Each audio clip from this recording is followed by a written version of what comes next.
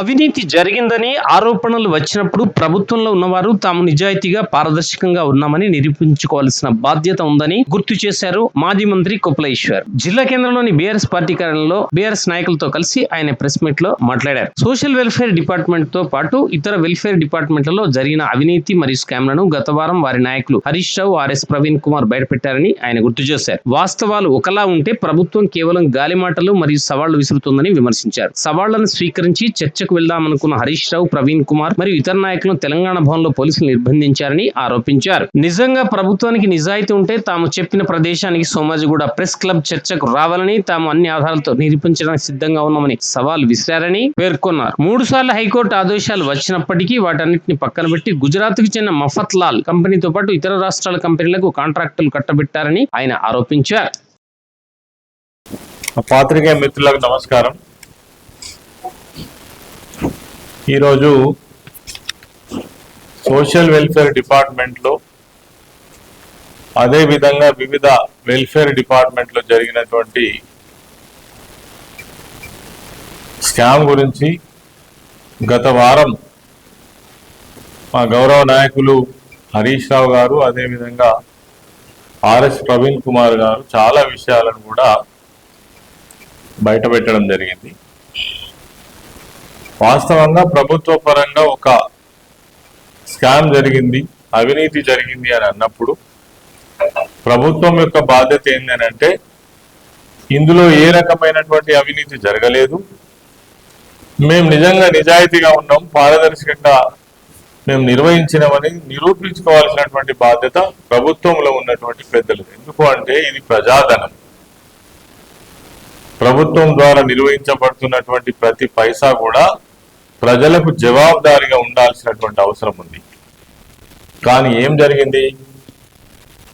వాస్తవాలన్నీ ఒకవైపు ఉంటే గాలి మాటలు చెప్పి తర్వాత సవాళ్లు విసిరి ఆ సవాళ్లు స్వీకరించడం కోసం వచ్చినటువంటి హరీష్ రావు గారిని, ఆర్ఎస్ ప్రవీణ్ కుమార్ గారు, నేను కావచ్చు, మా నాయకులందరినీ కూడా తెలంగాణ భవన్లో పోలీసుల ద్వారా నిర్బంధించి వాస్తవాలు చెప్పకుండా చేసి ఓ డ్రామాటికల్ గా మీరు ఏది గన్ పార్క్ దగ్గరికి పోయి, అసలు గన్ పార్క్ దగ్గర మీరు టైం ఇచ్చిండ్రా? మేం టైం ఇచ్చినాం. సోమాజిగూడ ప్రెస్ క్లబ్ దగ్గర పలానా తారీఖు రోజు పలానా టైంకు మేము వస్తున్నాం, మీ దగ్గర ఏం ఆధారాలు ఉన్నా తీసుకొని రావాలని చెప్పేసి మేము ఆరోపించినాం. కాబట్టి మేము నిరూపించడానికి ముందుకు వచ్చినాం. నిజంగా మీకు చిత్తశుద్ధి ఉంటే, నిజాయితీ ఉంటే చెప్పిన ప్లేస్కు రావాలి. మీరు మేము సాధారణంగా ఆహ్వానించి అక్కడ ఎటువంటి అలజడి లేకుండా మేము విషయాలు చెప్తామని కూడా చెప్పినాం.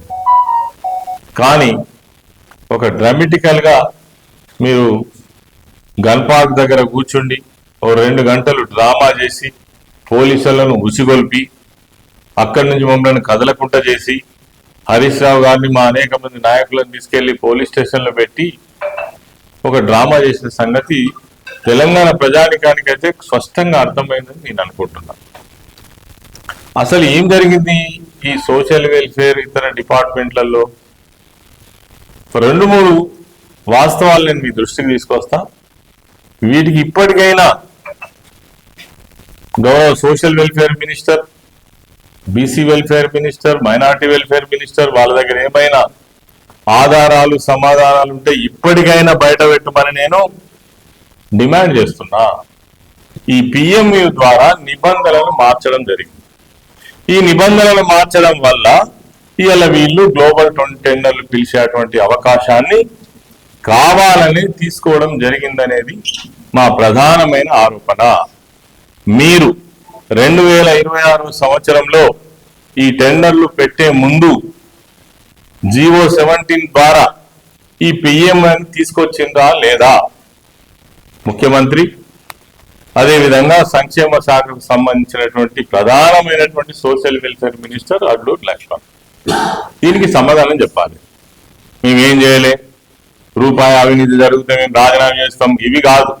క్వశ్చన్ టు ఆన్సర్ అంటే ఒక్క మాటలో చెప్పాలంటే తెలంగాణ ప్రాంతానికి సంబంధించినటువంటి కోఆపరేటివ్ సిస్టమ్ లో గతంలో ఈ సప్లై చేస్తున్నటువంటి వాళ్ళు ఒక్కరు కూడా ఎలిజిబిలిటీ లేకుండా చేయడం జరిగింది ఈ పిఎంయు ద్వారా అని మేము ఆరోపిస్తున్నాం. దీని ద్వారా మీకు ఏమైనా కరెక్ట్ సమాధానం ఉంటే విత్ ఎవిడెన్స్ ప్రజలకు చెప్పండి. ఏకమొత్తంగా ఒకే ఆర్గనైజేషన్ కు 1200 కోట్ల వర్క్ ఆర్డర్లలో 1100 కోట్ల రూపాయలు మరి ఒకే సంస్థకు మఫత్లాల్ గుజరాత్ కంపెనీకి కట్టబెట్టడం జరిగిందని మేము ప్రధానంగా ఆరోపిస్తున్నాం. ఇది ఆరోపణ కాదు, నిజం. మీ టెండర్ డాక్యుమెంట్ తీసుకొస్తే మీ బండారం బయట పడుతుంది. అదే విధంగా దీంట్లో నేను ప్రధానంగా చెప్పినటువంటి ఒక విషయం, అడ్లూరు లక్ష్మణ్ కు దీని మీద అవగాహన ఉంటే మాట్లాడాలి, ప్రెస్ మీట్ పెట్టాలని నేను కోరుతున్నా. నేను అంటున్నా లక్ష్మణ్ కుమార్ గారు జవాబు చెప్పాలి. ఈ జీవో భంగం ఉన్నది నిజమేనా కాదా? జీవో 110 నిజమేనా కాదా? ఈ 2 జీవోలు ఉండగా మీ ప్రభుత్వం, మీ ముఖ్యమంత్రి కావచ్చు, నువ్వు కావచ్చు, మళ్ళీ జీవో 17 ద్వారా పిఎంయు ఎందుకు తీసుకొచ్చిండ్రు? పిఎంయు తీసుకురావడం వల్లనే ఇవాళ చేనేత కార్మికుల కడుపు కొట్టిండ్రు 40,000 కుటుంబాలది. అదే విధంగా వేలాది కుటుంబాల చర్మకారులు ఎవరైతే ఉన్నారో నిత్యం కష్టాన్ని నమ్ముకొని పనిచేసేటువంటి మీ సామాజిక వర్గానికి సంబంధించినటువంటి ఎస్సీల నోరు కొట్టి వాళ్లకు వర్క్ ఇవ్వకుండా ఇవాళ మీరు గుజరాత్ కు సంబంధించినటువంటి కంపెనీలకు కట్టబెట్టిండ్రు. 100 కోట్ల రూపాయల స్కామ్ జరిగిందని మాటికి మేము ఆరోపిస్తున్నాం. ఆరోపణ కాదు, ఇది నిజం. నీ దగ్గర దమ్ము ధైర్యం ఉంటే, నీ ప్రభుత్వానికి చిత్తశుద్ధి ఉంటే, మీ ముఖ్యమంత్రి కావచ్చు, నువ్వు కావచ్చు, సంక్షేమ శాఖ మంత్రులు ఎవరైనా కావచ్చు, మొన్నట్లాగా దొంగల్లాగా పారిపోవడం కాదు, వీటిని నిరూపించమంటారు. మేము ఇప్పటికైనా డిమాండ్ చేసేది ఒకటే, మీ దగ్గర ఏం ఆధారాలు ఉన్నాయో, ఏవైతే ఉన్నాయో ఇవి ఈ టెండర్ ప్రక్రియకు సంబంధించినటువంటి ప్రతి పేపర్ను ప్రజల ముందు ఉంచమంటున్నాం. లేదంటే ఒక ప్రెస్ మీట్ పెట్టి నేను చెప్పింది ఎట్లా నిజం కాదో నిరూపించమంటాను. ఇది ప్రజాధనం, మరి ముఖ్యంగా ఎస్సీ ఎస్టీ బీసీలకు సంబంధించిన పేద వర్గాలకు సంబంధించినటువంటి బడ్జెట్ ఇది. దీన్ని నిజంగా మీరు దోపిడీ చేసే ముందు ఒక్కసారి ఆలోచించాలి. ఈ వర్గాల ద్వారానే కదా మీకు రిజర్వేషన్ వచ్చింది, ఈ వర్గాల ద్వారానే కదా ఇలా నువ్వు మంత్రి అయినవు, ఎమ్మెల్యే అయినవు, ఈ వర్గాల ద్వారానే కదా నువ్వు లబ్ధి పొందినవు. ఈ వర్గాల నోటు కొట్టేతందుకైతే నువ్వు మంత్రి కావడం ఎందుకని నేను అడుగుతున్నా. నువ్వు ఇలా మఫత్లాల్ బట్టల గురించి మాట్లాడుతున్నావా? ఎన్ని 100 కోట్ల స్కామ్ జరిగింది, నీ జేబులు నింపుకోవడానికి కదా ఇదంతా, ఈ డ్రామా అంతా. మీదికెళ్ళి అంటే రాజీనామా చేస్తా అంటావు. ఇగో ఇది నిజం. నీకు నీతి నిజాయితీ ఉంటే రాజీనామా జోక్ కాదు, ఇగో మేము నిరూపిస్తున్నాం. నీకు దమ్ము ధైర్యం ఉంటే రాజీనామా చేస్తావా, మొక్కు భూమికి రాస్తావా? చర్మకారులైనటువంటి మా మాదిక సామాజిక వర్గానికి సంబంధించినటువంటి నోళ్లు కొట్టి 100 కోట్లు సంపాదించినటువంటి నువ్వు ఎవరికి సమాధానం చెప్తావో చెప్పాలని కోరుతున్నాం. ముద్దు ముచ్చట్లు ఎప్పుడు కాదు, నువ్వేం చేసినావు, నీ బండారం బయటపడ్డది. అలా మాట్లాడమంటాను నేను. దమ్ము ధైర్యం ఉంటే రేపు నీ దగ్గర ఏం సమాచారం ఉన్నదో తీసుకొచ్చి వీటన్నిటి కూడా సమాధానం చెప్పాలి. ఎందుకు జీవో 1 తొక్కిపెట్టావు, ఎందుకు జీవో 110 తొక్కిపెట్టావు, పిఎంయుని ఎందుకు తీసుకొచ్చినావు, ఇతర రాష్ట్రాలకు సంబంధించినటువంటి పెద్ద కాంట్రాక్టర్లను ఎందుకు తీసుకొచ్చినావు, అదే విధంగా చిన్న ఎవరైతే ఇక్కడ ఉన్న సప్లయర్స్ కి 10 కోట్లు 20 కోట్లు 50 కోట్ల రూపాయలు వాళ్ళకు ఈఎండి పెట్టి వాళ్ళని ఎందుకు ఎలిజిబిలిటీ లేకుండా చేసినామో చెప్పమంటున్నాం.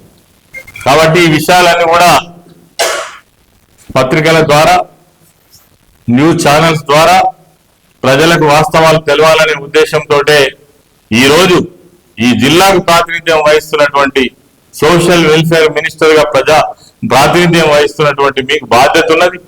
ఇంకా ఒక విషయం ఏంటంటే, ప్రతి సంవత్సరం ఏవైతే ఈ సోషల్ వెల్ఫేర్ అన్ని వెల్ఫేర్ కు సంబంధించినటువంటి ప్రభుత్వ పాఠశాలలు కావచ్చు, హాస్టల్స్ కావచ్చు, ఈ 100,000 కోట్ల రూపాయల కొనుగోలు జరుగుతూ ఉంటాయి.